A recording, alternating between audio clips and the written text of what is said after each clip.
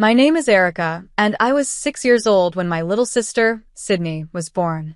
I remember the day my parents brought her home from the hospital. She was so small, wrapped in a pink blanket.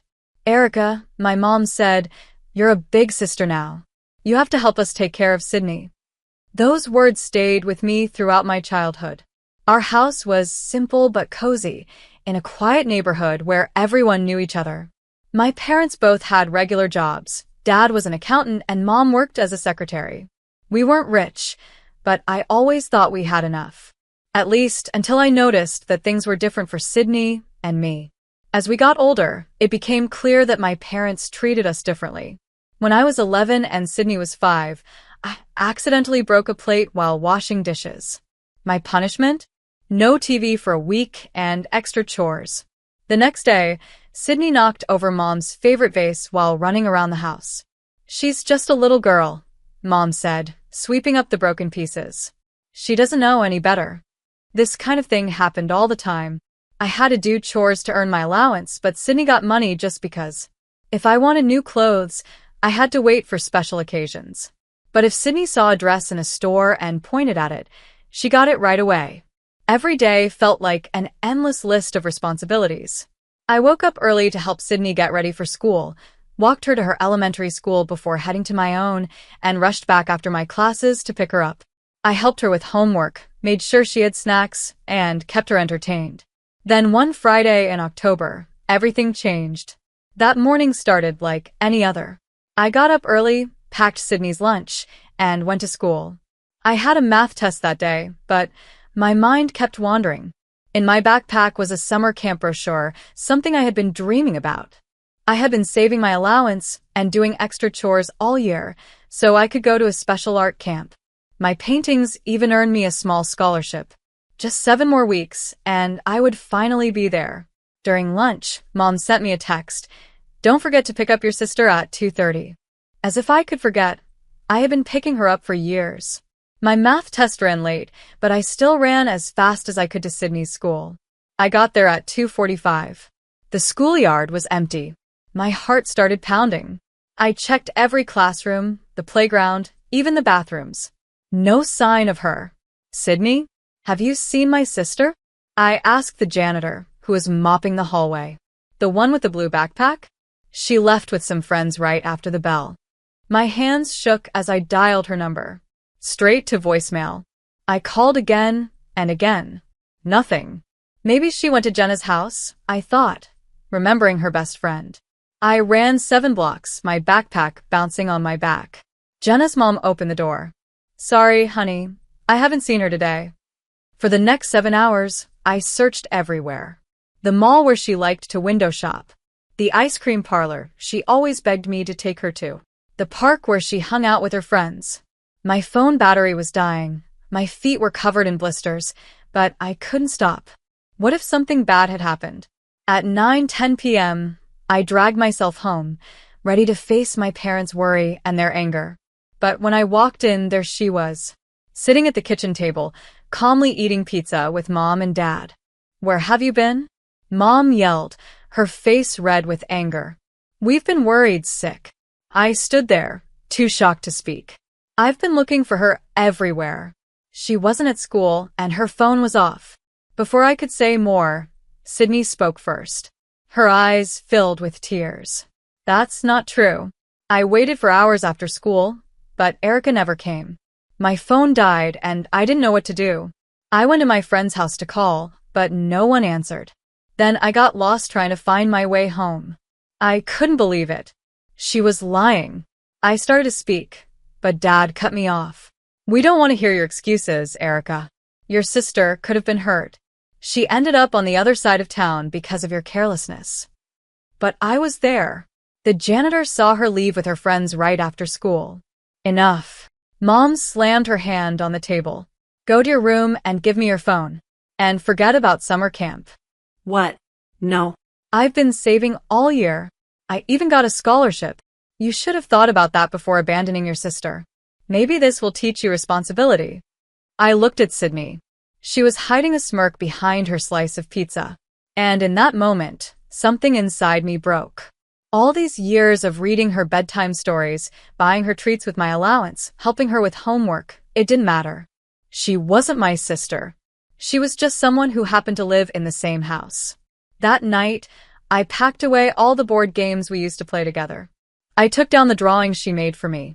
I threw out the half-eaten bag of her favorite candy I kept in my desk. From now on, Sydney was just another person who lived in our house. Nothing more. Through middle school and high school, I focused only on my studies. My parents always talked about a college fund. At every family gathering, they proudly told relatives how they had been saving since we were born so both of us could get a good education. Once, I overheard Mom on the phone, mentioning the amount. It was enough to cover 4 years at a state university for each of us. In my junior year, I spent countless nights working on scholarship applications. My SAT scores were nearly perfect, my grades were all A's, and my teachers wrote glowing recommendations. When the acceptance letters arrived, I could hardly believe it. I had received a full scholarship to my top choice university. One evening, I decided to tell my parents the news. "Mom, Dad, I have some good news," I said, holding the scholarship letter. "I got a full ride to college, tuition, room, and board. Everything is covered." Mom looked up from her phone. "That's nice, honey." My heart pounded with hope. "Since you won't need to spend the college money you saved for me, maybe I could use it for something else. I've been looking into it, and it would be enough for a down payment on a small apartment. Or maybe even to start a business after graduation." The room went silent. Dad muted the TV. Mom's voice was sharp. "What college money?" I frowned. "The money you've been saving for our education." Dad cleared his throat. "Erica, that's our money. We saved it. We decide how to spend it." I felt my stomach drop. "But you always said it was for our college education." I protested. "Since I got a scholarship, we should use that money for something else." Mom cut me off. "College is getting more expensive every year. Your sister might need extra help." I couldn't believe what I was hearing. "So, because I worked hard and got a scholarship, I don't get anything? How is that fair?" "Life isn't fair," Dad snapped. "And it's not your money to claim." End of discussion. I stormed up to my room, my eyes burning with angry tears. The next few weeks were unbearable. My parents acted like nothing had happened. They talked about graduation and dorm shopping as if they hadn't just crushed my hopes. Whenever I tried to bring up the subject again, they either walked away or changed the topic. As I packed my bags for college that summer, I realized something. I was actually lucky. Lucky that I had worked so hard for that scholarship. Lucky that I hadn't counted on them for my education. Because now I knew the truth. In this family, I could only count on myself. The day I left for college, I quietly loaded my 2 suitcases into an Uber while my family slept upstairs. No tearful goodbyes. No family photos on the front porch. No care package of homemade cookies. Just the quiet click of the front door closing behind me. My first week on campus, I got a job at the university coffee shop. The hours were brutal. 6 a.m. openings before class, weekend shifts while other students went out partying.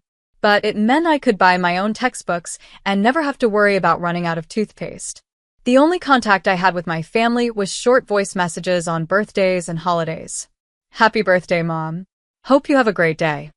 Merry Christmas, everyone. Stay warm." They rarely replied. And when they did, it was just as short. "Thanks, sweetie. Take care."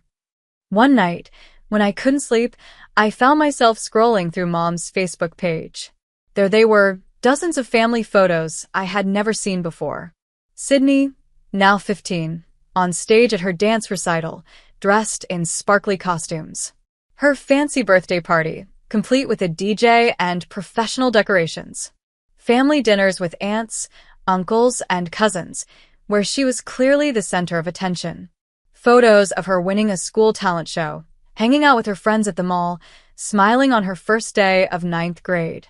But there was nothing about me. No mention that I was about to graduate summa cum laude from a top university. No photos of my empty chair at holiday gatherings. It was as if I had been erased from the family. After graduation, my friend Andrea had an idea. Let's rent an apartment together in Fresno. The tech scene is booming there. We could both get good jobs. Going back to South Dakota hadn't even crossed my mind. I got a job at a medium-sized marketing company, starting in an entry-level position. The pay wasn't great, but it was enough to cover my half of the rent in our small 3-bedroom apartment. I worked hard, staying late, learning new skills, and volunteering for tough projects. Soon, I was earning enough to afford my own place, a tiny studio apartment, but it was mine. Every inch of it paid for by my own hard work. After 4 years, I realized I had reached a limit. No matter how hard I worked, the company's structure meant I would have to wait years for a real promotion. One evening, while updating my LinkedIn profile, I got a message from a recruiter at Tech Dynamics, one of the fastest-growing tech companies in Fresno. "Your profile caught my attention," she wrote. "Would you be interested in discussing an opportunity with us?" The interview process was tough. 5 rounds of meetings, a presentation, and a strategy proposal, but at 28, I was ready for the challenge. When the offer came, I could hardly believe it. My new salary was nearly double what I was making, plus stock options and bonuses that made my head spin. My career took off. Within 3 years, I was leading my own team. My smart investments paid off, and soon, I walked into a Mercedes dealership and signed papers for a car I had only dreamed of in college. A few months later, I was approved for a mortgage on a beautiful 3-bedroom apartment in one of Fresno's best neighborhoods. Life was good, peaceful, until my phone rang one November evening. "Erica." My mother's voice sounded different, almost hesitant. "How are you?" I almost dropped my wine glass. We hadn't talked beyond short holiday messages in years. "I'm fine," I said, keeping my voice calm. "Is everything okay?" Yes. We haven't seen you in so long. Would you come home for Christmas this year?" For weeks later, I pulled up to my parents' house in my new Mercedes. Inside, I saw that some things hadn't changed. Sydney, now 25 and a fresh college graduate, was still living at home. She sat on the couch, scrolling through her phone while Mom fussed over the dinner table and Dad pretended to be busy with his newspaper. "Erica." Mom hugged me awkwardly. "We've missed you so much." Dad nodded from behind his paper. "You look well." Dinner was awkward, forced politeness, small talk, and long silences. Sydney barely spoke, but I noticed her watching me throughout the meal. Finally, she broke the silence. "You've gained weight," she said with that same old smirk. "I guess making all that money means you can eat whatever you want now," Sydney said, smirking. I looked at her, then at my plate of Mom's Christmas roast, and smiled. "Actually, I just have a peaceful life now. It's amazing how good life can be when no one is around to bother you." The silence that followed was sweeter than any Christmas dessert. After dinner, Mom asked me to stay behind while Dad and Sydney cleared the table. She led me to the old living room sofa, the same one where they once told me my college fund wasn't really mine. "Erica, honey," she began, her voice soft, like when I was a child, when she wanted something. "I need to talk to you about something important." She looked older than I remembered, tired. Her hands nervously played with the edge of her sweater. "Your father retired last spring," she said. "His health isn't great anymore, and his medication costs are, well, they're more than we expected. I had to cut back to part-time at work to take care of him." I sat quietly, waiting for her to continue. "The house needs work too," she added, pointing at the water stains on the ceiling. "The roof leaks, the furnace is old, and we can barely afford basic repairs. We're struggling, Erica." Then came the words I knew were coming. "We've seen how well you're doing, that beautiful car outside, your success. We're so proud of you. We were wondering if maybe you could help us out a little." I looked around at the house where I had grown up. The fading wallpaper, the worn carpet. Despite everything, I couldn't stand the thought of my parents struggling. "I'll send you $2,000 a month," I heard myself say. Mom's eyes lit up. She threw her arms around me, hugging me for the second time that night.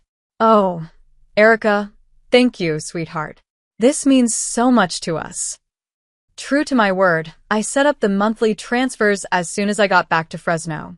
Like clockwork, $2,000 went to my parents' account every month. I told myself it was for Dad's medical bills and house repairs. I didn't ask for receipts or proof. I was too busy with work to worry about how they spent it. But every now and then, when I had a rare free moment, I would check Sydney's Facebook page. There she was at a fancy new fusion restaurant, posting pictures of expensive sushi platters. Another post showed shopping bags from designer boutiques. She posed in new outfits in every photo, expensive ones, judging by the brand names. All this while still living at home with our struggling parents. Maybe she got a job? I wondered about it, but her post didn't make sense. Lunch at fancy cafes on Sunday afternoons. Shopping sprees on Saturday mornings. Spa days on Thursdays. If she had a job, when did she work? But I was too busy with my own life to think about it too much. My team was growing, we had big projects launching, and I was up for another promotion. Then the call came, right in the middle of an important meeting. Mom never called during work hours. Our only contact for the past year had been through the monthly bank transfer notifications. I stepped out of the conference room. "Erica, we need your help," Mom said immediately, skipping any greetings. Her voice sounded urgent, more serious than I had heard since I was a child. "We need $100,000. It's an emergency." "Mom, wait." But she had already hung up. I stared at my phone, confused and afraid. My first thought was Dad. His health had been getting worse. That's why I had been sending money home every month. Was he in the hospital? Did he need emergency surgery? I remembered how weak he had looked at Christmas. The medical system was expensive. One bad illness could ruin a family financially. I rushed back into the meeting room, grabbed my things. "I'm sorry, everyone. I have a family emergency." I handed things over to my teammate Morgan, canceled all my meetings for the week, and booked the first flight to South Dakota. The entire trip, my mind raced with worst-case scenarios: Dad in the ICU, life-saving procedures they couldn't afford, impossible choices they had to make. I had read the headlines about families going bankrupt because of medical bills. Was this happening to my family? I rented a car and followed the GPS to my parents' house. 30 minutes away. Then I noticed something strange. All the lights in the house were on. I could see it from the end of the street. That wasn't what I expected in a medical emergency. Usually, in a crisis, people forget to turn on lights. I barely had time to knock before Mom opened the door. Her face fell when she saw me, like I was a salesperson at the door, not her daughter who had just flown across the country for an emergency. "Erica, what are you doing here?" Behind her, I saw Dad sitting in his chair, looking completely fine, reading a magazine. Sydney was in the living room, pacing back and forth, typing furiously on her phone. "You didn't have to come," Mom said, hesitating before letting me in. "We just needed you to send the money." The house smelled like coffee and pastries, not the air of a family in crisis. I looked around, confused. Then my eyes landed on the bridal magazines scattered across the coffee table. What was really going on? At first, I didn't notice. "Dad, are you okay?" I asked. "He's fine," Mom said quickly, throwing Sydney a warning look. "Everyone's fine. You really didn't need to come all this way." That's when Sydney stepped forward, practically bouncing with excitement. She held out her left hand, and a massive diamond ring sparkled in the light. It had to be at least 2 carats, way more than her fiancé could afford on his entry-level salary. "I'm getting married," she squealed. "And we need the money for the wedding. $100,000 should cover the basics." I stood there, completely stunned, my carry-on bag still in my hand. The emergency that made me cancel work, book a last-minute flight, and worry myself sick was a wedding? "Well, we need to book the venue soon," Mom said, as if this made perfect sense. She sat on the couch, smoothing her skirt like we were just discussing weekend plans. $100,000 isn't much for a wedding these days. It's really quite modest when you think about it. Sydney nodded, still admiring her ring. "I actually wanted a $200,000 wedding," she said, "but I thought about you, sis. I cut everything in half to make it easier for you. You should be thanking me, really. I mean, $100,000 isn't a lot for you anymore." I looked at my sister's smug face, at my mother's expectant expression, and something inside me finally snapped. "No," I said, my voice calm but firm. "I won't give you a penny for this wedding." The silence was deafening. "What?" Sydney whispered, her face shifting from shock to rage. "You heard me. I won't pay for a wedding for someone who has made my life miserable since we were kids. Someone who lied about me, stole from me, and got me punished for things I didn't do. Someone whose tricks cost me my summer camp, my phone privileges, and so much more." I turned to my parents. And you? "You always took her side. You always believed her lies over my truth. How dare you?" Mom jumped up from the couch. "After everything we've done for you," she shouted. I laughed. "Everything you've done for me? Fine. Let's talk about what you've actually done with my money. Show me the receipts." "What receipts?" Dad finally spoke. "The medical bills I've been paying for. The house repairs you said you needed. Show me where my $320,000 went over the past year." The room went completely silent. Mom and Dad exchanged nervous glances. "We used it for necessary things," Mom stammered. "Necessary things?" I repeated. "Like Sydney's shopping sprees? Her expensive restaurant visits? Her designer clothes?" I pulled out my phone and opened Sydney's Facebook page. Funny how someone living with our struggling parents can afford Gucci bags and weekly spa visits. Sydney's face turned red. "You've been stalking me." "No," I said calmly. "I've just been watching you show off my money all over social media." "You selfish jerk," Sydney screamed, tears running down her face. "You have everything, a fancy job, a nice car, a beautiful apartment. Why can't you share? We raised you better than this." Dad stepped in. "You've become a greedy, heartless person." I felt calm, calmer than I had ever felt before. "Heartless," I repeated. No. "What's heartless is tricking your daughter into giving you money. What's heartless is spending her college fund on your favorite child. What's heartless is lying about medical bills to fund Sydney's shopping and vacations." I picked up my bag. "I'm done. The monthly payment stopped today. Don't call me. Don't message me. Don't ask me for anything ever again. You can't do this to us." Sydney was in full hysterics now, mascara running down her face. "I've already told everyone about my dream wedding." I walked to the door and turned back one last time. "That sounds like a you problem." The calls and messages started before I even reached my rental car. By the time I got to my hotel, my phone was flooded. Texts calling me selfish and ungrateful. Voicemails from Mom, crying about family obligations. Messages from Sydney, threatening to tell everyone what a terrible person I was. Fine. Let everyone know. I sat down at my laptop and started typing. An open letter about family, money, and the truth. I explained everything: the childhood manipulation, the stolen college fund, the recent financial lies.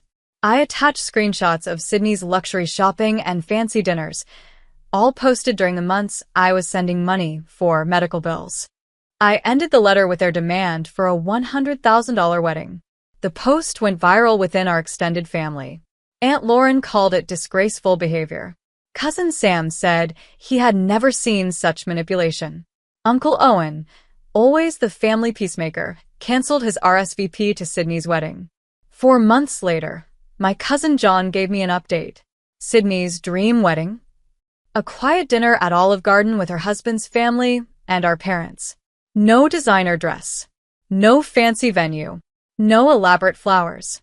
Just breadsticks and a limited menu. I smiled when I heard the news, but I didn't feel any satisfaction. I was too busy living my own life. My team at work had just finished a successful project launch. I had started dating Kevin, a kind software engineer who respected my boundaries about family. My therapist said I was making excellent progress. Sometimes late at night, I still see message requests from my family. I delete them without reading. The little girl who once desperately wanted her parents' approval is gone. In her place is a woman who finally understands. Real family isn't about blood. It's about shared values.